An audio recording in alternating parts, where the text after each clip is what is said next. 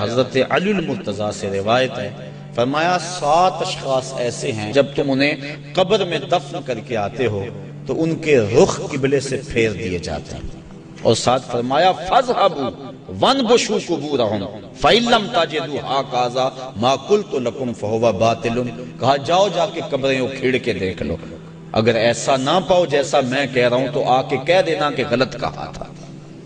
عرض کی قیلا من ہم یا رسول اللہ صلی اللہ علیہ وسلم، عرض کی حضور یہ کون لوگ ہیں کہ جن کے رخ قبر میں قبلے سے پھیر دیے جاتے ہیں؟ تو حضور نے ارشاد فرمایا شارب الخمر و بائع البش و شاہد الزور و آکلۃ الربا والنائحۃ والمحتقر و تارک الجماع۔ 7 اشخاص گنوائے۔ پہلا شارب الخمر، شراب پینے والا۔ ایک روایت کے لفظ ہیں کہ شراب اپنے لیے بنانے والا، کسی اور کے لیے بنانے والا، شراب پینے والا، شراب پلانے والا، شراب بیچنے والا، شراب خریدنے والا، اور جس کے لیے شراب خریدی ہے، شراب کو ڈھونے والا، دوسری جگہ منتقل کرنے والا، ہمارا سب پر اللہ کے رسول نے لعنت بھیجی۔ تو یہ ایسا برا فعل ہے۔ ایک روایت کے لفظ میں نے پڑھے کہ شارب الخمر کعابد الوثن، شراب پینے والا بت پوجنے والے کی طرح۔ ہمارے معاشرے میں شراب نوشی سرایت کر گئی ہے، اور اب تو بعض طبقوں کے اندر یہ برا بھی نہیں سمجھا جاتا، جبکہ حلال سمجھ کے پینا تو کفر ہے، اور اس کو حرام سمجھتے ہوئے اس کی حرمت کے قائل ہونے کے باوجود پینا یہ گناہ کبیرہ ہے، اور منع فرمایا گیا سختی کے ساتھ۔ ارشاد فرمایا ایک تو ویسے بھی شرابی جب مرتا ہے اسے مرتے ہوئے کلمہ نصیب نہیں ہوتا، اور دوسرا یہ روایت جو میں نے آپ کے سامنے رکھی کہ اس کا قبلے سے رخ پھیر دیا جائے گا۔ اور اب یہ بھی میڈیا پہ بیٹھ کے ہمارے روشن خیال حکمرانوں کی ایما پر لوگ کہہ رہے ہیں کہ صرف خمر حرام ہے، باقی جو چیزوں سے وہ کشید کی گئی چیزیں ہیں وہ حرام نہیں ہے، جبکہ میرے اور آپ کے آقا و مولا صلی اللہ علیہ وآلہ وسلم نے واضح طور پہ فرمایا ہر وہ چیز جو نشہ لاتی ہے وہ شراب ہے، اور ہر شراب خمر حرام ہے۔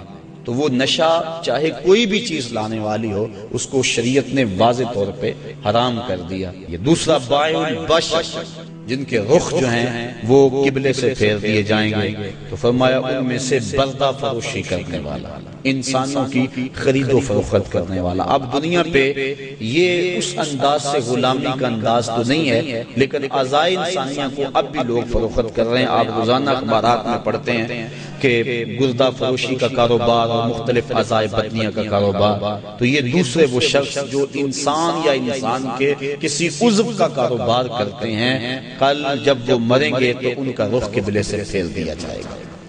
تیسرا ارشاد فرمایا وَشَاهِدُ الزُّورِ، اور جھوٹی گواہی دینے والا۔ بلکہ ایک روایت میں آقا کریم نے فرمایا میں تمہیں بڑے بڑے گناہوں کی خبر نہ دے دوں، الا انبئکم بأکبر الکبائر، بڑے بڑے گناہوں کی خبر نہ دے دوں؟ صحابہ نے عرض کی ہاں حضور آپ ارشاد فرمائیں۔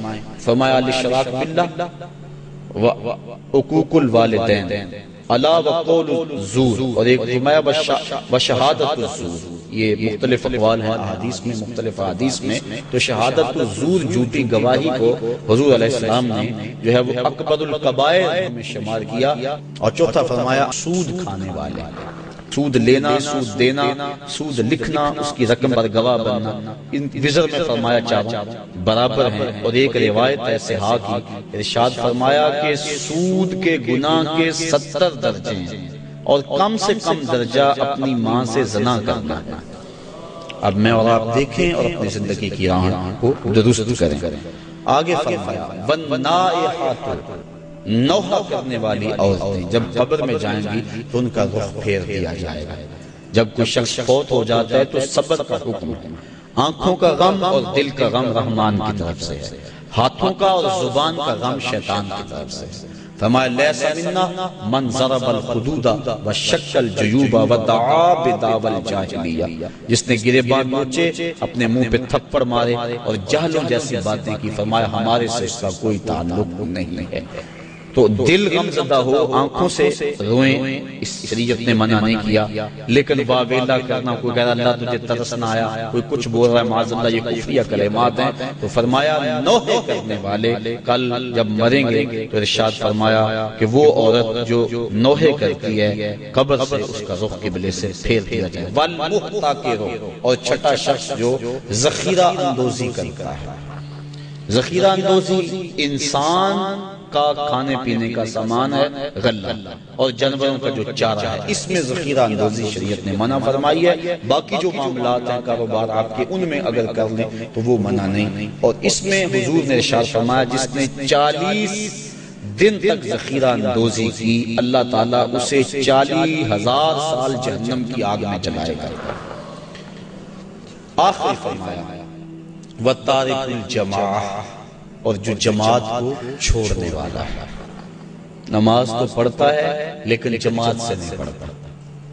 حضرت محمد بن سماعہ ایک بزرگ ہیں، امام محمد بن حسن الشیبانی کے شاگرد، اور امام محمد بن حسن الشیبانی امام اعظم کے شاگرد۔ محمد بن سماعہ کہتے ہیں 103 سال عمر پائی، کہتے ہیں 40 سال بیت گئے، جماعت کیا میری تکبیر اولیٰ بھی قضا نہ ہوئی، میری والدہ کا انتقال ہو گیا، بس مصروفیت ایسی ہوئی، صدمہ ایسا پڑا کہ میں مسجد میں آیا، سلام پھر گیا تھا، جماعت ہو چکی تھی، بڑا پریشان ہوا کہ زندگی میں کبھی کوئی تکبیر اولیٰ بھی نہیں رہی، آج جماعت بھی جاتی رہی۔ پھر میں نے سوچا ایک نماز جو جماعت سے پڑھی جائے، منفرد پڑھنے والی 25 نمازوں کے برابر ہے، ایک روایت میں 27 نمازوں کے برابر ہے، چلو میں اس نماز کو 25 بار پڑھ لیتا ہوں۔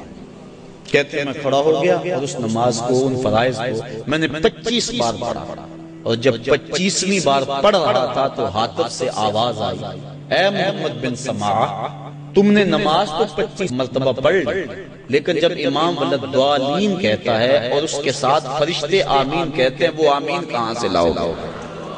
تو کہتے ہیں میں پریشان ہوا کہ میں 25 چھوڑ کے 25,000 مرتبہ بھی پڑھوں لیکن جماعت کی فضیلت نہیں پا سکتا۔ تو فرمایا وَتَارِكُ الْجَمَاعَةِ، اور جماعت کو ترک کرنے والا۔